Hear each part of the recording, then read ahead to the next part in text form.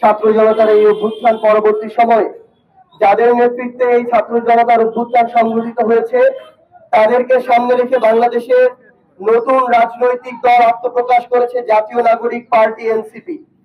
এই এনসিপির উত্তরাঞ্চলের সাংগঠনিক কার্যক্রমের যে নতুন যাত্রা, এই যাত্রায় আজকে আমরা প্রথম নীলফামারী জেলার এই ডোমার উপজেলায় এসেছি। তো আমরা আমাদের জায়গা থেকে বাংলাদেশের প্রত্যেকটি জেলা উপজেলা ইউনিয়নে যেতে চাই, বাংলাদেশের মানুষের কথা শুনতে চাই এবং সেই কথাগুলো বাংলাদেশের জাতীয় সংসদে আমরা তুলে ধরতে চাই এবং সেই কথাগুলো যেন আইনে বাস্তবায়িত হয় সেগুলো আমরা আমাদের জায়গা থেকে সর্বোচ্চ চেষ্টা করব।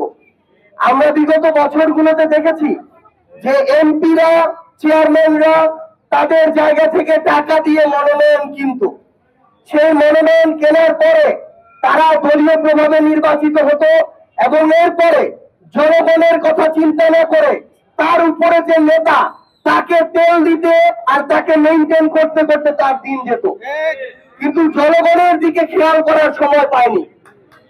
আমরা এতদিন দেখেছি এই নেতারা নির্বাচনের আগে জনগণের পকেটে 500-1000 টাকা ঢুকিয়ে দিয়ে জনগণকে প্ররোচিত করত, কিন্তু নির্বাচনের পরে সেটা বয়স্ক ভাতা হোক, বিধবা ভাতা হোক, অন্য কোনো সরকারি কার্ড হোক, বিভিন্ন সুযোগ সুবিধা হোক, যখনই জনগণ তাদের কাছে গিয়েছে তারা হাজার হাজার টাকা জনগণের পকেট থেকে নিয়ে নিয়েছে।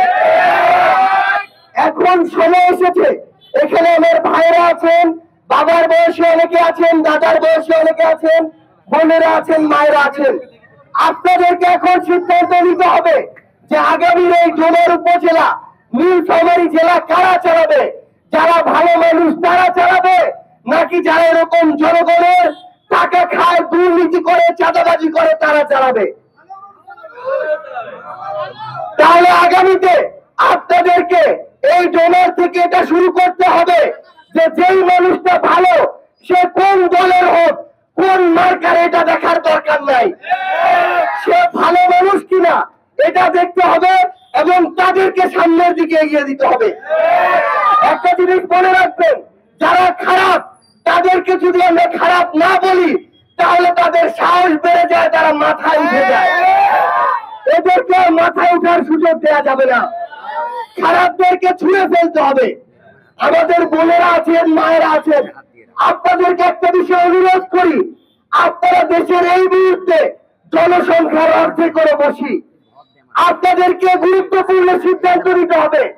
বাড়ির কেউ একজন এই মার্কায় ভোট দেয় বলে আপনারা সেই মার্কায় ভোট দিতে হবে এটার দরকার নাই।